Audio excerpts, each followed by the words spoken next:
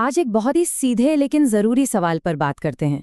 कभी सोचा है उस दिन के बारे में जब सैलरी आना बंद हो जाएगी? और मैं नौकरी जाने की बात नहीं कर रही हूँ, नहीं, बल्कि इसलिए क्योंकि काम करने वाले दिन पूरे हो गए। सैलरी तो एक दिन रुकनी ही है, ये तय है। पर खर्चों का क्या? क्या वो भी रुकेंगे? शायद नहीं। देखिए, किराने का बिल वो तो रिटायर नहीं होता। बिजली का बिल आकर ये नहीं कहता, अच्छा आपने 35 साल काम कर लिया, अब से मैं फ्री। नहीं ना, घर का मेंटेनेंस, किराया, इंश्योरेंस, ये सब तो चलते ही रहते हैं। और हाँ, मेडिकल खर्चे, उनका तो रिटायरमेंट के बाद समझिए प्रमोशन हो जाता है। तो असल में रिटायरमेंट उम्र की प्रॉब्लम है ही नहीं, ये तो एक फंडिंग की प्रॉब्लम है। असली सवाल बस ये है कि जब सैलरी का नल बंद हो जाएगा तो पैसों का फ्लो कहाँ से आएगा। तो चलिए इस पहेली को सुलझाना शुरू करते हैं।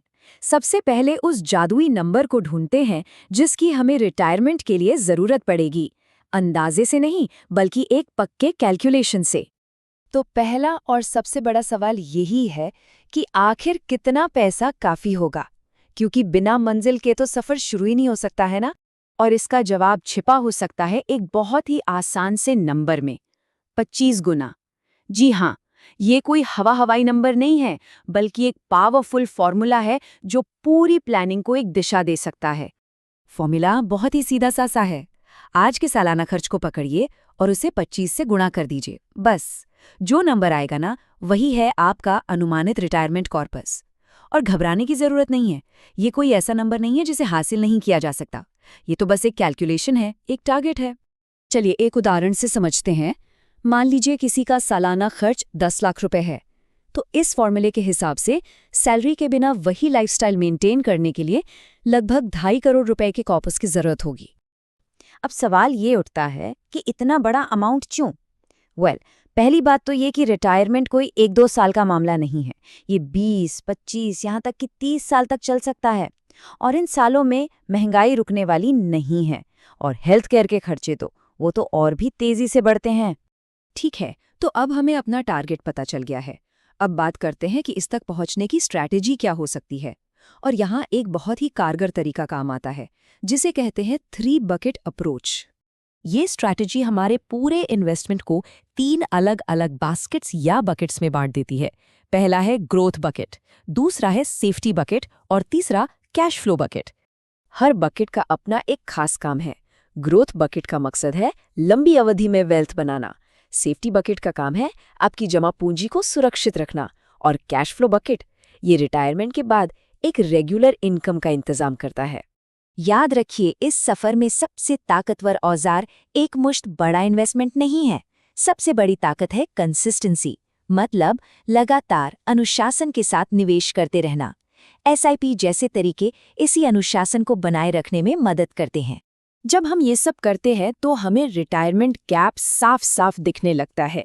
यानी आज हमारे पास कितना कॉर्पस है और भविष्य में हमें कितने की जरूरत पड़ेगी, इसके बीच का फासला। और जब एक बार ये गैप पता चल जाता है ना, तो फिर उसे भरने का प्लान बनाना आसान हो जाता है। अच्छा, पैसा जमा करना तो लड़ाई का एक हिस्सा है, पर असली चुनौती तो रिटायरमेंट के बाद शुरू होती है। ये सुनिश्चित करना कि वो पैसा जिंदगी भर चले। प्लानिंग रिटायरमेंट पर खत्म नहीं होती, बल्कि असली प्लानिंग तो वहीं से शुरू होती है। यहाँ भी एक स्ट्रैटेजी चाहिए। हर साल कितना पैसा निकालना सेफ रहेगा? बिना सोचे समझे पैसे निकालने में क्या खतरा है? और एक बहुत ही जरूरी चीज है सीक्वेंसिंग रिस्क। अब ये क्या होता है? सोचिए किसी ने रिटायरमेंट लिया और ठीक उसी साल मार्केट बुरी तरह गिर गया।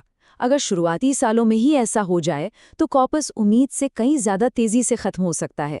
तो इन सवालों का जवाब जानना बहुत ही ज्यादा जरूरी है। और एक जरूरी बात, उम्र के साथ साथ इन्वेस्टमेंट का अंदाज भी बदलना चाहिए।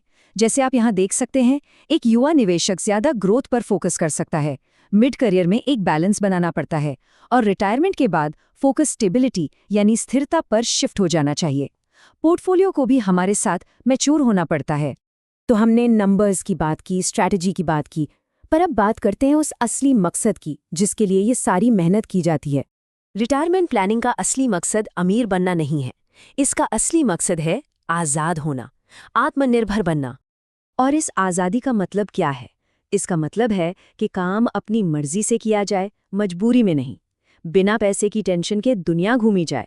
अगर कोई मेडिकल इमरजेंसी आए तो उसका सामना बिना घबराहट के किया जा सके और जिंदगी के आखिरी साल सम्मान और गरिमा के साथ जिए जा सके। यही है इस पूरी प्लानिंग का असली गोल। तो जाते जाते बस एक सवाल अपने आप से पूछने वाला, क्या आपका पैसा आपसे ज्यादा समय तक काम करने के लिए तैयार है? क्योंकि एक दिन सैलरी तो रुक जाएगी, लेकिन अगर प्लानिंग सही है ना, तो पैसा काम करता रहेगा।